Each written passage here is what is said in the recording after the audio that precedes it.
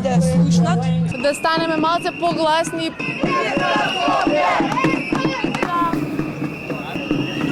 Транспаренти, музика, танцување и протестен марш низ улиците на Скопје. Вака групата од околу 1000 граѓани го бранеше правото на слободен говор. Примерната поента е конечно да станеме малце погласни и повидливо да го обележиме нашиот град и да им дадеме на сите оние кои што не заобиколуваат или некако не игнорираат приносењето на важните одлуки, да им покажеме дека сме тука.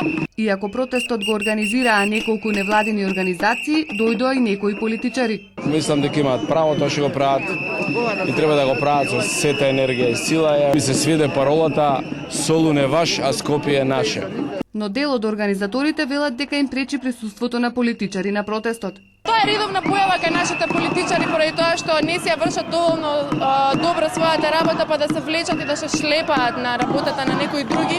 Апелирам до сите познати лица врзани со оваа или онаа страна, секако парламентарци, кандидати за председатели, не знам кој, да не се врзуваат и да не се шлепаат на нашиот 10-дневен труд.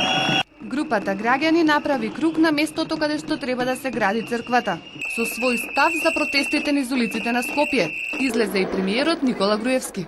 Ние ги поддржавме протестите во смисла дека поддржуваме јавни протести, поддржуваме различно мислење, поддржуваме изразување на различно мислење и на протести, така што во тој поглед ние уште вчера ги поддржавме. За разлика од минатите протести, овој пат имаше доволен број на редари и на полиција.